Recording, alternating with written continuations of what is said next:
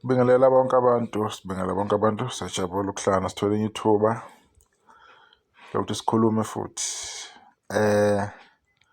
Namuhla thanda ukuthi sikhulume insizwa okuthiwa uMgqumeni yakwaKhumalo Nquthu.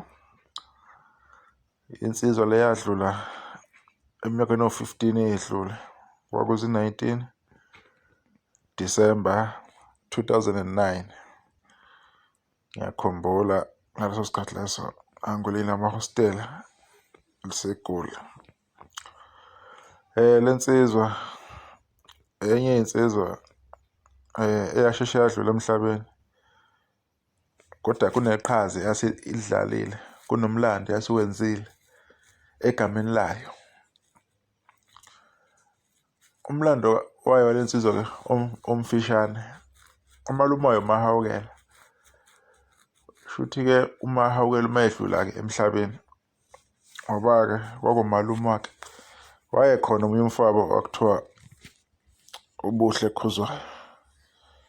So ngokuphatha kumsebenzi, niyazi ekhaya izinto-ke uma yisele kade inomnikazi zigcina ingasahambi kahle ngendlela obekuyiyona, ngoba nobani udosa abhekele nobani udosa abhekele. Kodwa kwaba nalokho nje okwakukhonyana wagcina emhlabeni indlela zokusebenza seyihlukene, ingasafani. So lensizwa-ke yakwaKhumalo uMgqumeni-ke yashiya-ke yenze umsebenzi omkhulu. Lo msebenzi abaculi abaningi abasabukelayo kuwo, abaningi basafisa ukufana naye, okuyinto enzima-ke because wagubha umgodi omkhulu kakhulu okwakungelula ukuthi abantu abaningi bawugqibe. Kwathi ngonyaka ka-2004 kunensizwa-ke wakuthiwa uMtshengiseni Mgcwensa akade esebenza nayo ngaphansi kwamagcokama, iqembu lelo ababecula ukubambisana, kodwa-ke wasephuma-ke ekhaya uMtshengiseni. Kwaba khona insizwa aphuma nayo le yayinde leyana okuthiwa uMphondi, igama layo-ke shuthi lo mnsizwa-ke. Lapho-ke uMtshengiseni afike acula khona noNjencane, yes, uNjencane. Kuyaziwa-ke amageza-ke indima yawadlalayo. Shuthi kwaba nalokho ukukhulisana, ukuvikisana ngengoma okwabe kukhona phakathi kwalamaqembu amaningi. Ngoma kwavela nendaba yey'kibha, kwanda nendaba yabalandeli, ukuthi kunabalandeli bakabani, abalandeli bakabani. Kodwa-ke mina-ke njengomuntu-ke mhlawumbe-ke izinto indlela abeyithatha ngayo, kwasiza ukuthi ngifike kwaMasha ngeminyaka yama-2007. Kunensizwa-ke laphana yakwaMncwange eseyadlula emhlabeni.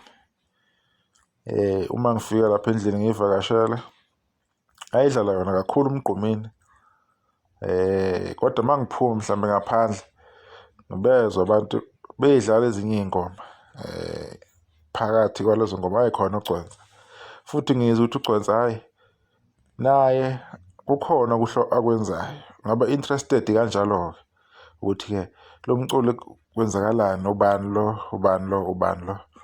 Ingalezo y'khathi lezo-ke engaqala ukwazi-ke ngamabongwa ayicula lezo zikhathi lezo, ikhansela nabo babekhona.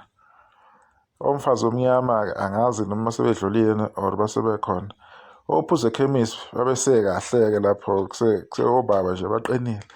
Owasho elimhlophe nabo phela besatshakadula isiteji-ke besidendebula bengadlali. Bebaningi-ke abaculi ababekhona-ke lapho ngalezo y'khathi lezo. Amalinda nawo ayesekhona, ama-China Mahle, ama-SAP 10111 eka-Ali Mfokamguba esagijima-ke lapho-ke sengcokisana naye-ke uMtshengiseni lapho-ke zivikisana-ke kabuhlungu-ke. noThokozani Langa egijimisana lapho engcoka benobani, benobheka umuzik Luthuli.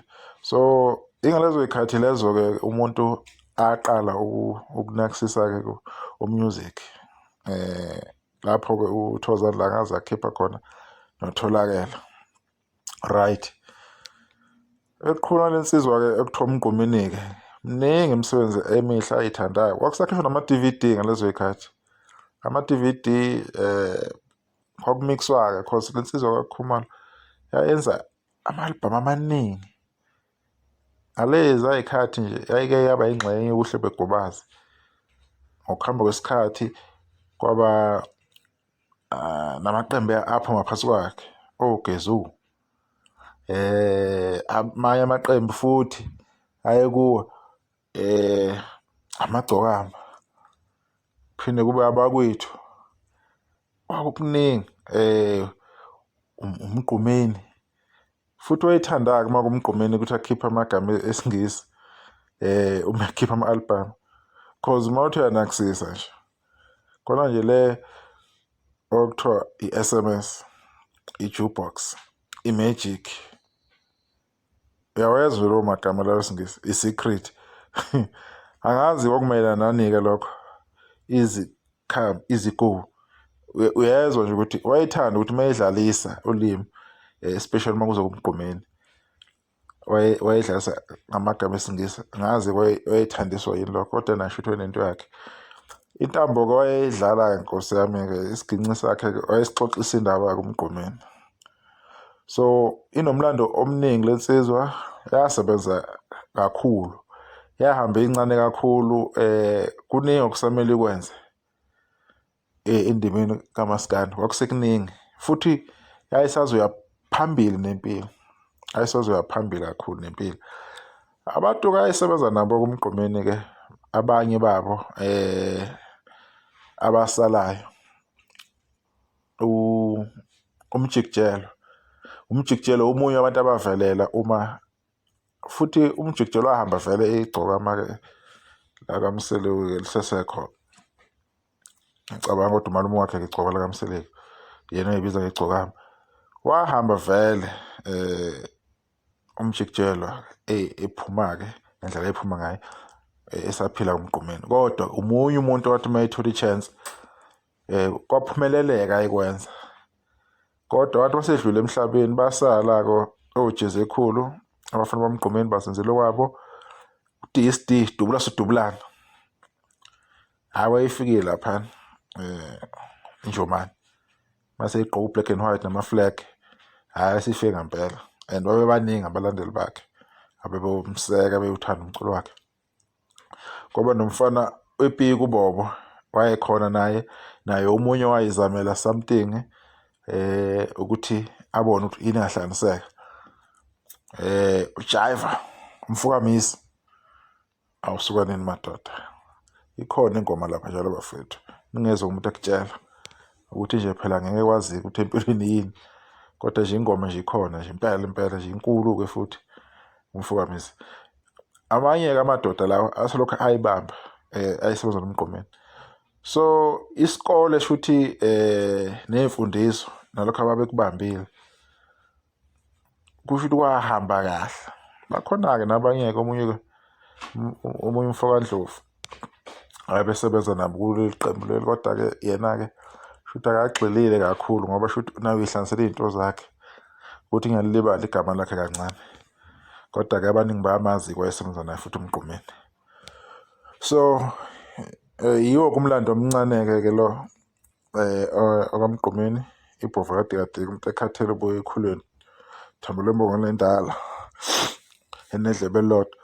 Umlando wakhe-ke lo omncanyana, abaningi-ke vele-ke asebefike kamuva bayezwa nje ngomlando wakhe uMgqumeni, abamazi kahle. uMgqumeni-ke indoda-ke nendoda-ke iyophiliswa zinqumo zayo, naye enye indoda eyaphiliswa zinqumo zayo. Iy'nqumo-ke yizo lezi ezikudisayidelayo ukuthi impilo yakhe yakuphi. Isona sihlava-ke lese, nanoma ubani esingamhlasela, akekho perfect emhlabeni.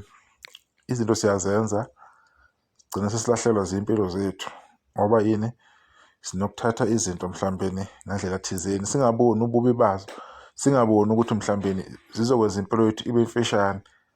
Ngingakhuluma mina la mhlawumbeni ngingazi ukuthi mina kuyokwenzakalani ngami ngelinye ilanga, mhlawumbeni ukuthatha isimple. Kodwa-ke umuntu nomuntu indlela ayithathayo iyona eyodetermine ukuthi impilo yakho ozoyiphila izoba yinde or izoba mfishane.